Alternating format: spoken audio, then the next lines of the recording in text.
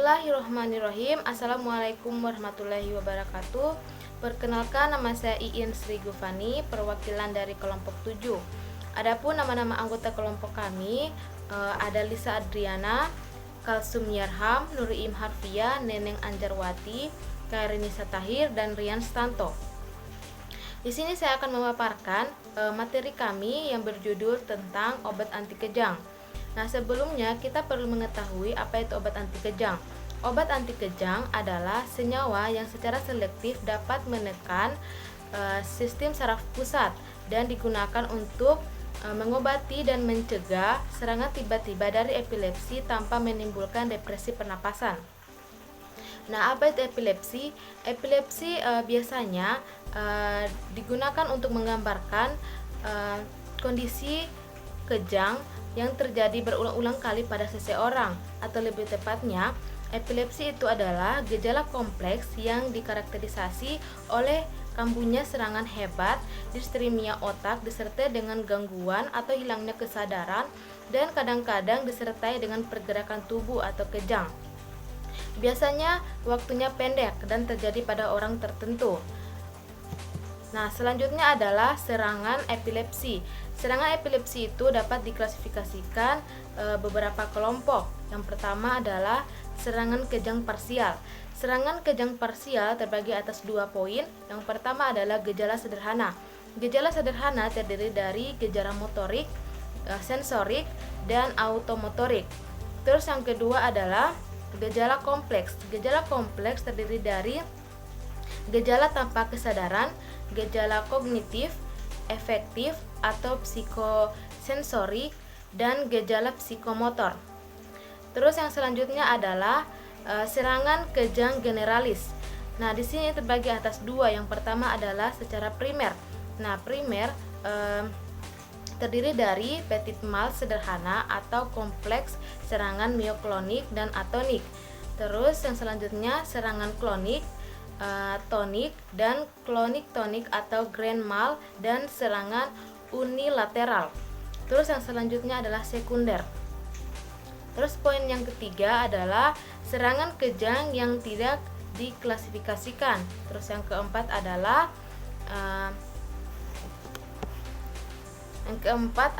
status epileptikus. Nah, selanjutnya adalah efek samping obat anti kejang, antara lain seperti rusaknya sumsum tulang belakang, rusaknya ginjal, rusaknya hati, kerusakan neuropatik, gangguan pencernaan, dan alopecia. Mungkin ini saja yang dapat saya paparkan. Materi selanjutnya akan dilanjutkan oleh teman saya. Terima kasih. Assalamualaikum warahmatullahi wabarakatuh. Perkenalkan, nama saya Kalsum Yarham. Nah, di sini saya akan melanjutkan materi yang telah dibacakan oleh teman saya, yaitu tentang anti kejang atau yang dikenal dengan anti epilepsi. Nah, pada kesempatan kali ini saya akan menjelaskan tentang mekanisme kerja obat anti kejang. Nah, kita langsung saja masuk ke pokok pembahasan. Di sini mekanisme kerja obat anti kejang itu serupa dengan mekanisme kerja anestetika sistemik dan sedatif hipnotika, di mana anestetika sistemik dan sedatif hipnotika merupakan obat-obat bius atau obat-obat yang dapat menghilangkan kesadaran dan rasa nyeri. Nah, obat-obat ini itu bekerja pada SSP atau yang dikenal dengan sistem saraf pusat. Dan obat anti kejang itu merupakan obat berstruktur tidak spesifik, di mana efek farmakologisnya itu dipengaruhi oleh sifat fisika kimia dan tidak boleh pembentukan kompleks dengan reseptor yang spesifik. Dan pada umumnya, obat anti kejang itu mempunyai 2 struktur karakteristik, yaitu gugus bersifat polar, biasanya imido, dan gugus yang bersifat lipofil. Nah, anti kejang dengan struktur sederhana kemungkinan itu berinteraksi secara tidak selektif dan menimbulkan beberapa tipe kerja. Sedangkan anti kejang dengan struktur yang lebih kompleks, dia itu menunjukkan selektivitas yang lebih besar dan spektrum kerjanya yang lebih sempit. Kemungkinan lain, gugus yang satu dapat terlokalisasi lebih luas pada satu daerah reseptor, sedangkan gugus lain interaksinya itu lebih besar pada daerah reseptor lain, sehingga masing-masing gugus menyebabkan kerja kualitatif yang berbeda. Contohnya seperti gugus yang pertama kemungkinan itu bekerja pada serangan kejang parsial atau generalis, sedangkan gugus yang kedua efektif bekerja pada serangan grand mal. Nah, seperti itu contohnya. Dan pada kasus lain obat anti kejang seperti lamotrigin, di mana lamotrigin ini dapat berinteraksi dengan makromolekul reseptor dan menyebabkan perubahan konformasi struktur serta menghasilkan stabilitas membran saraf presinaptik dengan memblok saluran Na dan menghambat pengeluaran neurotransmitter sehingga terjadi efek anti kejang. Dan di sini ada obat gabapentin, di mana obat gabapentin ini merupakan GABA mimetik yang bekerja sebagai anti kejang dengan menghambat uptake reseptor GABA. Dan obat anti kejang seperti clonazepam, diazepam, fenobarbital, asam valproat, dia itu bekerja dengan meningkatkan aktivitas sistem penghambat mediator reseptor GABA. Obat etoxuximid, trimetadion, dan juga asam valproat, yaitu bekerja dengan memblok aktivitas yang menimbulkan serangan dari leusin enkefalin karena diduga sistem neurotransmitter enkefalinergik terlibat dalam peristiwa hilangnya epilepsi. Sedangkan obat phenytoin, dia itu tidak mengubah sistem penghambat neurotransmitter, tetapi dia itu menghilangkan hiperpolarisasi posttetanik dan mengurangi potensial posttetanik dari transmisi sinaptik. Nah, efek inilah yang mempengaruhi pengangkutan ion natrium, kalsium, kalium, dan meningkatkan kestabilan membran. Nah, di sini ada turunan obat anti kejang yang mengandung struktur ureida. Nah, teman-teman bisa melihat ini adalah rumus struktur ureida, di mana ureida ini merupakan isosterik dari struktur obat penekan SSP atau sistem saraf pusat. Dan kemudian ada senyawa turunan dari ureida, yaitu yang pertama turunan barbiturat, yang kedua turunan hidantoin, yang ketiga turunan oxasolidindion, dan yang terakhir turunan suksinimida. Mungkin itu saja yang bisa saya jelaskan, dan materi selanjutnya akan dijelaskan oleh teman saya. Berdasarkan struktur kimianya, obat anti kejang dibagi menjadi 8 kelompok, yaitu yang pertama turunan barbiturat. Turunan barbiturat dapat digunakan untuk mengontrol epilepsi, tetapi efeknya kurang selektif. Turunan ini efektif terutama untuk mengontrol serangan grand mal dan parsial atau psikomotor, kurang bermanfaat untuk serangan petit mal. Mekanisme kerja turunan barbiturat dalam mengurangi fungsi korteks motor masih belum begitu jelas. Contoh yang pertama, fenobarbital adalah turunan barbiturat dengan masa kerja yang panjang, lebih efektif untuk mengontrol serangan grand mal dibanding petit mal, dosis 50-100 mg. Yang kedua, metarbital adalah turunan barbiturat yang bekerja secara efektif untuk mengontrol serangan grand mal, petit mal, mioklonik atau tipe campuran dosis 100 mg. Yang ketiga, primidon atau misolin adalah turunan 2-deoksi dari fenobarbital. Primidon mempunyai spektrum aktivitas berbeda dengan fenobarbital dan menimbulkan toksisitas lebih rendah. Efek anti kejang lebih rendah dibandingkan dengan fenobarbital dan dapat menyebabkan toleransi. Di tubuh, primidon diubah menjadi 2 senyawa aktif, yaitu fenobarbital dan phenylethyl-malonamid. Obat diabsorpsi oleh saluran cerna dengan cepat. Kadar darah tertinggi dicapai setelah 3 jam pemberian, dengan waktu paruh kurang lebih 10 jam dengan dosis 250 sampai 1500 mg per hari. Yang kedua, turunan hidantoin. Turunan hidantoin sangat efektif terutama untuk mengontrol serangan grand mal dan parsial atau psikomotor, kurang bermanfaat untuk serangan petit mal. Contoh phenytoin Na, mefenitoin, dan etotoin. Struktur turunan hidantoin dapat dilihat pada tabel. Yang pertama, phenytoin NA adalah anti kejang dengan sifat sedatif sangat rendah. Phenytoin sangat efektif untuk mengontrol serangan grand mal, terutama bila dikombinasi dengan fenobarbital. Yang kedua, mefenitoin jarang digunakan sebagai obat anti kejang karena menimbulkan hepatotoksik, dermatitis, dan anemia aplastik. Yang ketiga, etotoin mempunyai efek anti kejang lebih rendah dibandingkan phenytoin dan menimbulkan efek sedasi yang lebih besar. Pada pemberian secara oral, etotoin diabsorpsi cukup baik. Kadar darah tinggi dicapai dalam waktu kurang lebih 2,5 jam dengan waktu paru dalam plasma kurang lebih 2-11 jam. Yang ketiga, turunan oxazolidinedion. Turunan ini efektif untuk pengobatan serangan petit mal dan tidak efektif terhadap serangan grand mal. Turunan ini menimbulkan efek samping seperti iritasi lambung, pusing dan gangguan penglihatan, anemia aplastik, depresi sumsum tulang belakang, dan kerusakan ginjal. Yang pertama, trimetadion adalah praobat dalam tubuh di metabolisme endemetilasi menjadi senyawa aktif dimetadion. Trimetadion diabsorpsi dalam saluran cerna dengan cepat. Waktu paru plasma kurang lebih 16 jam. Yang kedua, parametadion mempunyai aktivitas hampir sama dengan trimetadion, tetapi efek samping yang ditimbulkan lebih rendah. Absorpsi obat dalam saluran cerna dengan cepat pada in vivo di metabolisme endemetilasi menjadi senyawa aktif N-desmetil parametadion.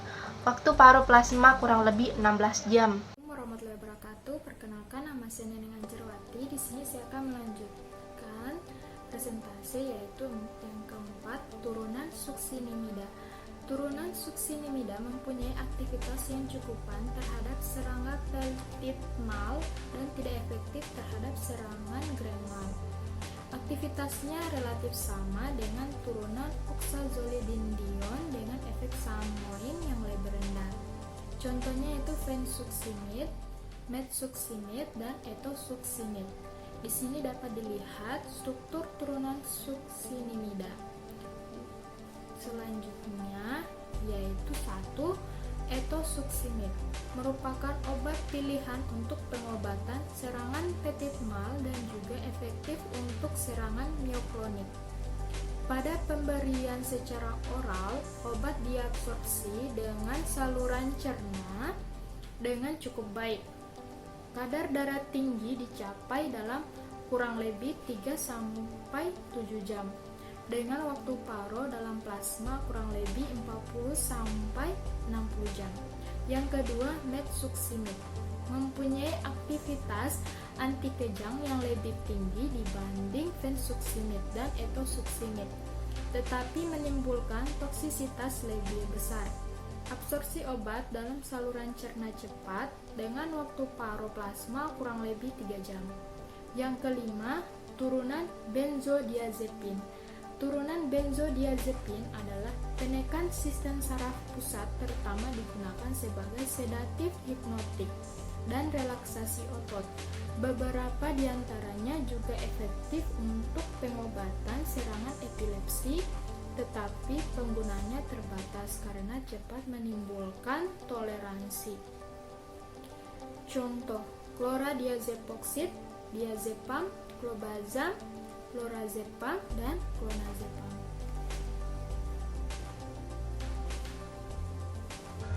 Diazepam efektif untuk pengobatan status epileptikus akut bila diberikan secara parenteral. Masa kerjanya pendek sehingga untuk pengontrolan jangka panjang kurang efektif. Biasanya dikombinasi dengan fenobarbital. Dosis 1 volume sama dengan 0,15 sampai 0,25 mg per kilogram berat badan. Dapat diulang setelah 15 menit bila diperlukan. Yang kedua yaitu clonazepam atau Rivotril adalah obat penekan sistem saraf pusat dengan masa kerja yang panjang. Efektif untuk mengontrol serangan petit mal dan mioklonik. Absorpsi obat dalam saluran cerna cepat dan sempurna. Kadar plasma tertinggi dicapai dalam 1-4 jam sesudah pemberian oral. Waktu paroeliminasi antara 20-60 jam. Dosis yaitu 2-4 mg per hari. Yang keenam, turunan asam valproat. Turunan asam valproat yang digunakan untuk anti kejang antara lain adalah asam valproat dan valpromid. Di sini ada struktur asam valproat, bisa dilihat. Asam valproat atau depakenleptilan digunakan untuk pengobatan serangan petit mal dan mioklonik. Efek anti kejang berhubungan dengan meningkatkan kadar GABA di otak. Aktivitas asam valproat terhadap serangan petit mal lebih besar dibanding clonazepam, tetapi aktivitas terhadap serangan mioklonik lebih kecil. Efek samping relatif kecil terutama adalah gangguan saluran cerna sesudah pemberian secara oral. Asam valproat cepat diabsorpsi dengan sempurna pada saluran cerna. Kadar darah tertinggi dicapai dalam waktu 1,5 sampai 2 jam, dengan waktu paro dalam plasma kurang lebih 12 jam. Dosis awal yaitu 5-15 mg per kilogram berat badan per hari dalam dosis terbagi. Dosis pemeliharaan yaitu 15-25 mg per kilogram berat badan per hari. 7. Turunan dibenzazepin. Contohnya yang pertama yaitu carbamazepin. Turunan dibenzazepin yang mempunyai spektrum anti kejang luas dan digunakan untuk mengontrol serangan epilepsi parsial, grand mal dan petit mal. Carbamazepin diabsorpsi secara lambat pada saluran cerna. Kadar plasma tertinggi dicapai setelah 6-12 jam. Dengan waktu parobiologi kurang lebih 36 jam, dosis 400 mg per hari. Yang kedua, oxcarbazepin adalah turunan keto dari carbamazepin. Sifat dan kegunaan mirip dengan carbamazepin. Dosis awal 300 mg per hari, kemudian ditingkatkan 600-1200 mg per hari dalam dosis terbagi. Yang kedelapan, turunan lain-lain. Contohnya lamotrigine. Sebagai senyawa penghambat enzim dihydrofolat reductase, ternyata mempunyai efek anti kejang yang kuat. Digunakan untuk mencegah serangan partikel sel-zur dan tonik-klonik.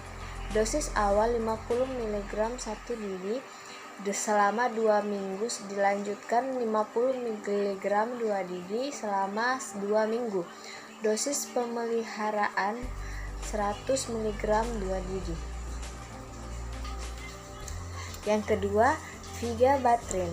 Bekerja sebagai anti kejang dengan cara menghambat secara irreversibel enzim GABA transaminase yang bertanggung jawab terhadap degradasi neurotransmitter GABA. Digunakan untuk anti kejang yang tidak dapat dikontrol oleh obat anti kejang lain. Dosisnya yaitu sampai 500 mg 2-4 didi. Yang ketiga, gabapentin. Senyawa analog GABA merupakan GABA mimetik yang mampu menembus sawar darah otak dan menghambat uptake GABA. Digunakan untuk mencegah serangan partial seizure. Dosis 300 mg 3 didi. Yang keempat, topiramat. Struktur relatif berbeda dengan obat anti kejang lain, merupakan monosakarida yang tersubstitusi dengan gugus sulfanat. Digunakan sebagai obat penunjang pada pengobatan partial seizure. Dosis 100-200 mg 2 didi. Sekian dari hasil presentasi kami. Lebih dan kurangnya mohon dimaafkan. Wabillahi taufiq wal hidayah. Wassalamualaikum warahmatullahi wabarakatuh.